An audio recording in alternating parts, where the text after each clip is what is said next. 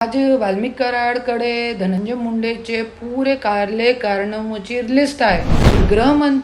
गृहमंत्री साहेबांना ते सगळी गोष्टीची चौकशी करायला पाहिजे। किती सत्य आहे, किती इसमें खरं आहे, किती खोटं आहे, सगळे लोकांच्या समोर आणावं लागेल आणि याच्यावरती कारवाई करावं लागेल। ज्या ज्या लोकांच्या तो नाव घेत आहे त्या लोकांवरती कारवाई करणे गरजेचे आहे आज।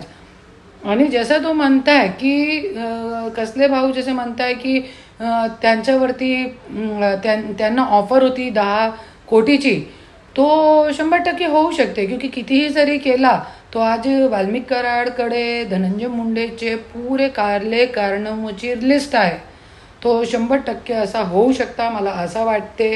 क्योंकि पोलीस अधिकाऱ्यांना हाताखाली घेऊन, दबावाखाली घेऊन तुमच्या ट्रान्सफर इधर करून टाकू, तिथे करून टाकू, हे सगळे दबावाखाली काम करावं लागते।